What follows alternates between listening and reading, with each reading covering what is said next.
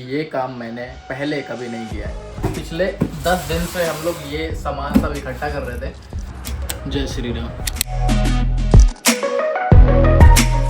तो हेलो जी, very good morning and कैसे हैं आप सभी लोग। और आज का ब्लॉग भाई इस चार दीवारी के अंदर होने वाला है, क्योंकि आज हम बहुत ही इंटरेस्टिंग चीज़ करने वाले हैं और शायद मेरी लाइफ का पहला एक्सपीरियंस रहने वाला है, क्योंकि ये काम मैंने पहले कभी नहीं किया है। भाई मैं बहुत ज़्यादा एक्साइटेड हूँ और थोड़ा नर्वस भी हूँ, क्योंकि अगर वो डिस्टर्ब हुआ तो भाई लग जाने। तो अभी मैं वीरो का इंतज़ार कर रहा हूँ, क्योंकि वीरो आएगा तभी हमारा कोऑर्डिनेट बैठेगा और जो काम का फ्लो है वो निकल कर आएगा। तो बस उसी का वेट कर रहा हूँ, वो आ जाए फिर आगे की प्रोसेस आपको दिखाता हूँ कि हम क्या करने वाले हैं। तो पीरो साईं हमारे आ गए हैं सारा कुछ सामान लेके।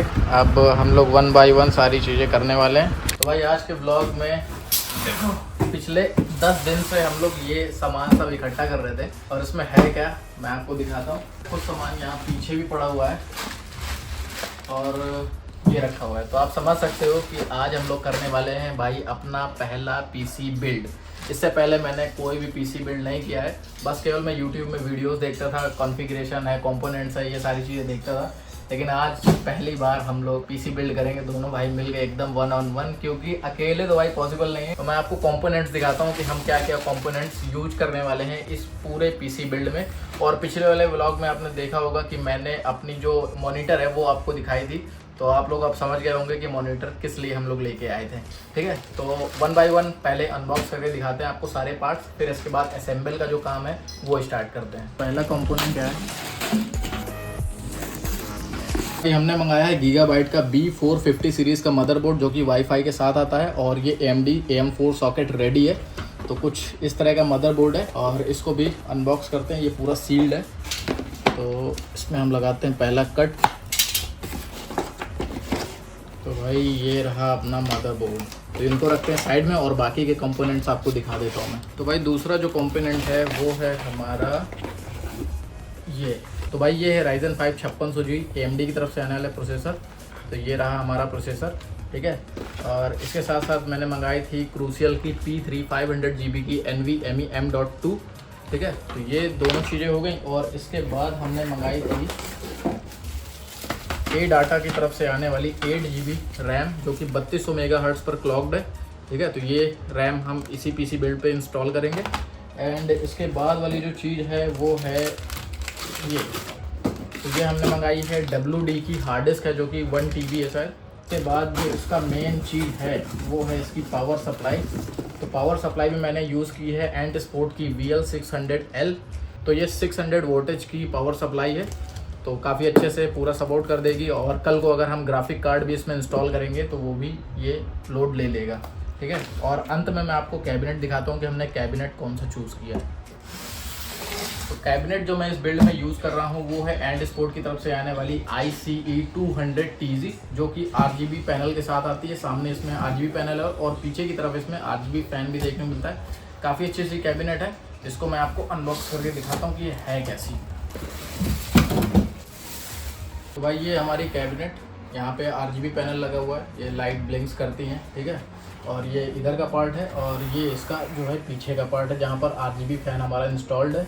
और इस तरफ की साइड हमें टेम्पर्ड पैनल मिल जाता है, जहाँ पर सारी चीज़ें जो कंपोनेंट्स है वो हमें यहाँ पर दिखते रहेंगे, और जो भी लाइट्स हम इंस्टॉल करेंगे वो भी बहुत बढ़िया से दिखेगी इसमें। तो सीधे आप पीसी बिल्ड का जो प्रोसेस है वो स्टार्ट करते हैं बिना देरी किए हुए। तो सबसे पहले मदरबोर्ड को मैं ओपन कर लेता हूँ। भाई ये रहा हमारा नया नवेला मदरबोर्ड। भाई क्या लग रहा है ये। तो इसको सीधे मैं रखूँगा इसी बोर्ड के ऊपर, क्योंकि इसी के ऊपर रख के हम इंस्टॉल करेंगे। और जो सबसे पहला जो मुझे काम करना है ना वो है ये दोनों सॉकेट हटाने हैं, और इसके बाद मुझे प्रोसेसर ऐड करना है और उसका कूलर ऐड करना है, ठीक है। फिर इसके बाद की प्रोसेस मैं आपको दिखाता हूँ। तो इसको खोलते हैं भाई, क्योंकि अगर वाटर कूलर और भी चीज़ें लगानी होती तो ये लगे रहते हैं, अदरवाइज़ अगर आपको स्टॉक कूलर के साथ काम करना है तो इनको हटाना पड़ेगा।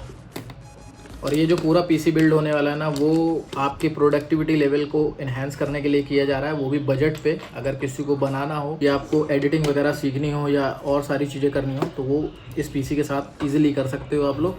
और इसमें आपको ग्राफिक कार्ड की भी नीड नहीं होगी, क्योंकि मैंने जो प्रोसेसर चूज़ किया है वो एक APU है जिसमें इनबिल्ट ग्राफिक कार्ड होता है, और 5600 जी भाई आराम से प्रीमियर प्रो और दाविंची रिजॉल्व चला लेता है। जब हम इसको पूरा सेटअप कर लेंगे तब आपको एक बार मैं ज़रूर दिखाऊंगा कि परफॉर्मेंस ओवरऑल कैसी है। ये जो सॉकेट है इनको मुझे सेपरेट रख देना है सेफली, क्योंकि ये बाद में काम आएंगे अगर कभी मुझे अपग्रेड करना होगा तो। अब भाई मदरबोर्ड को करते हैं साइड में और खोलते हैं अपना प्रोसेसर, जो कि ये रहा कट, इसको करते हैं।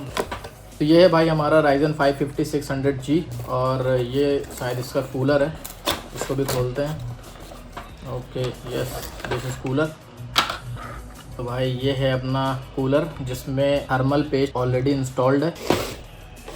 तो अब मैं इसको करूँगा सिंपली अनलॉक। ये हो गया अनलॉक, और इसको हमें खींचना है पीछे की तरफ, ये हो गया। अब इसमें जो प्रोसेसर को हमें रखना है के लिए मार्किंग दी हुई होती है, तो उसके हिसाब से हमें अपना प्रोसेसर इसमें प्लेस करना है, ठीक है। मार्किंग में देख लेता हूँ किधर पे एरो बना होता है, तो एरो यहाँ पर बना हुआ है। और भाई ये है प्रोसेसर, जो इसका दिमाग पूरा काम करेगा, इसी के थ्रू सारी प्रोसेसिंग वगैरह सारा कुछ होगा।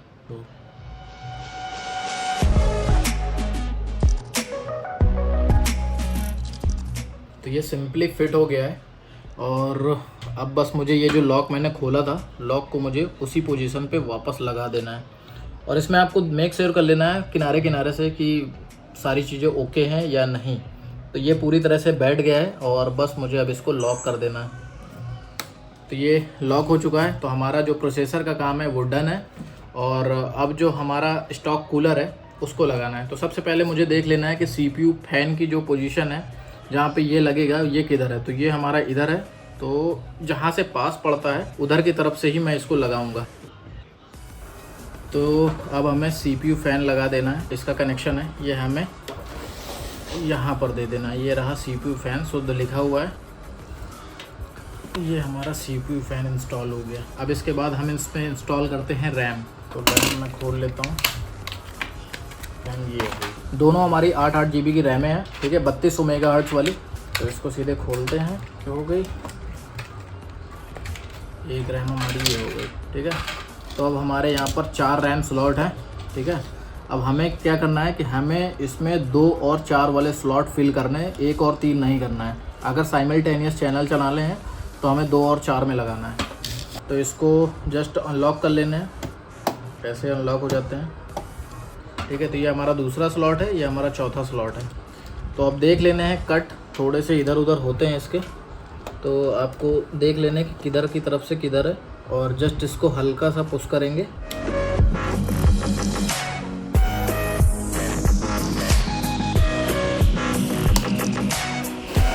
तो ये हमारी दोनों रैम इंस्टॉल हो गई हैं, ठीक है। और अब बारी हमारी NVMe की। तो NVMe हमारी इस तरफ लगेगी। तो NVMe हम खोल लेते हैं इसके पहले। तो ये रही हमारी NVMe 500 GB की। ये वाला स्क्रू हमें खोलना पड़ेगा। तो ये जो हमारी NVMe है डायरेक्ट यहाँ पर ऐसे सेट हो जाएगी। इसको स्लॉट मैच करा के हल्का सा पुश कर देना है बस।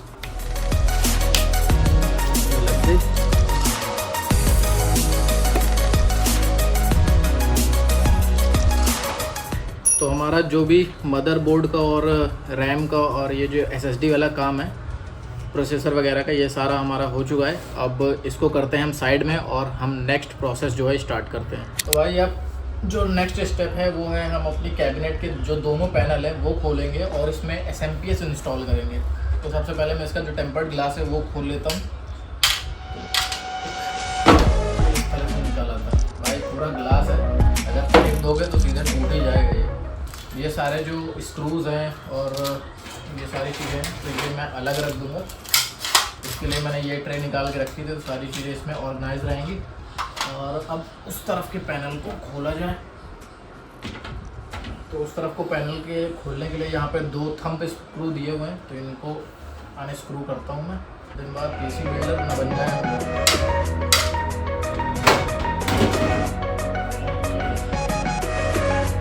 तो भाई जो ये वाला पोर्शन है ना, यहीं पर हमारा सारा केबल मैनेजमेंट होगा। सारा का सारा जितनी भी हार्ड एंड फास्ट जो केबल्स होती हैं वो यहीं से जाएंगी, ठीक है।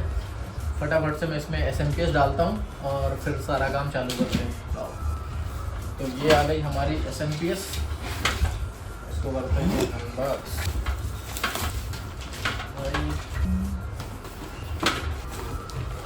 तो इसमें हमें कुछ कार्ड्स मिलते हैं और ये हमारी पावर कॉर्ड हो गई और इसके बाद ये हमारी SMPS हो गई।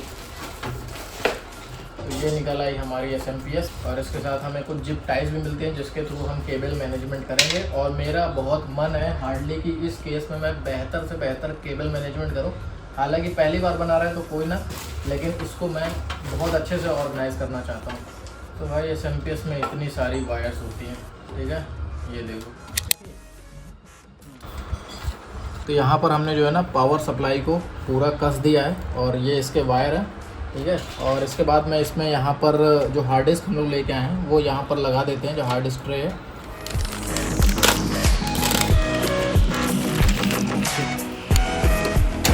तो अब इसकी करते हैं IO शील्ड इंस्टॉल्ड। इसको जस्ट पीछे से हमें ऐसे लगा देना है। तो इसके सारे जो फ्रंट पैनल वाले कनेक्शन हैं उसको मैंने पीछे निकाल दिया है फॉर द केबल मैनेजमेंट। और ये RGB वाला भी निकाले दे रहा हूँ डायरेक्टली, क्योंकि इनकी ज़रूरत हमें पड़ेगी बाद में। मदरबोर्ड को हम लोग कैबिनेट के अंदर फिट कर देंगे IO शील्ड के पास। और इसको ज़्यादा टाइट नहीं करना है, बस लाइट हैंड टाइट करना है ताकि इसके जो थ्रेड वगैरह है या मदरबोर्ड है वो टेढ़ा ना हो। ये हमने पावर सप्लाई जो लगाई थी इससे जो 18 पिन वाली वायर है उसको हमने आगे कर दिया है और ये हमारी CPU वाली वायर है, इसको भी हमने आगे कर दिया है। तो सबसे पहले मैंने लगाऊंगा मैं 18 पिन वाली जो मदरबोर्ड को पावर करेगी और फिर इसके बाद हम CPU वाली लगा देंगे। तो ये हमारा 18 पिन का सॉकेट और इसको हम इसमें लगा देंगे सीधा। तो ये हम CPU वाला 8 पिन सॉकेट इस पर लगा देते हैं, यही CPU को हमारे पावर देगा। तो ये सेट हो गया पूरा। बाकी की एक्सेस वायर है उसको हम पीछे ले लेंगे ताकि केबल मैनेजमेंट बढ़िया से दिखे।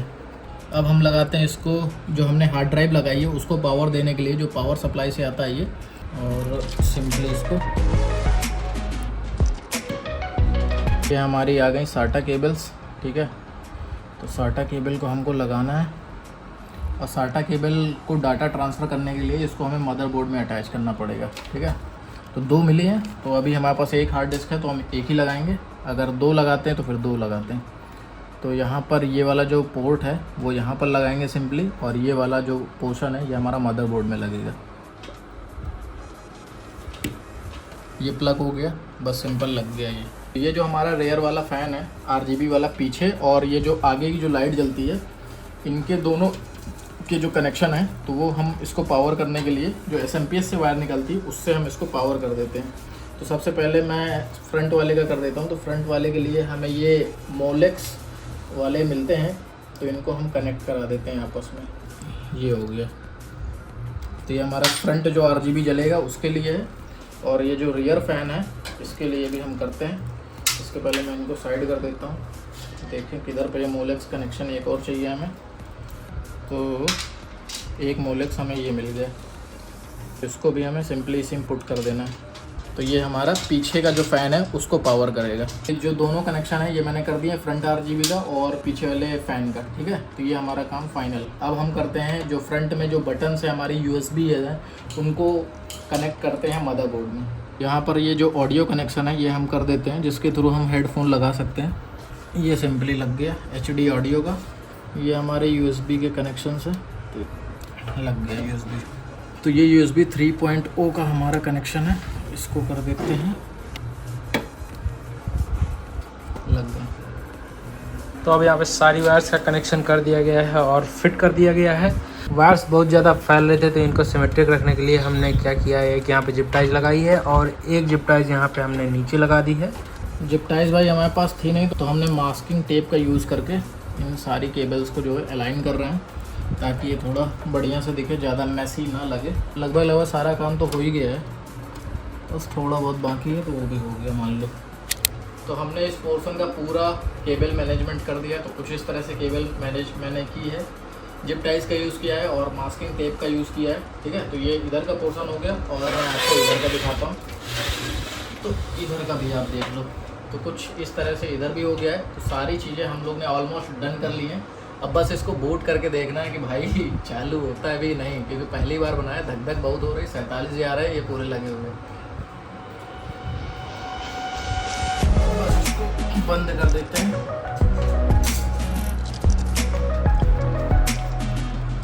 इस ग्लास को सीधे इंस्टॉल करते हैं और इसको बंद करते हैं।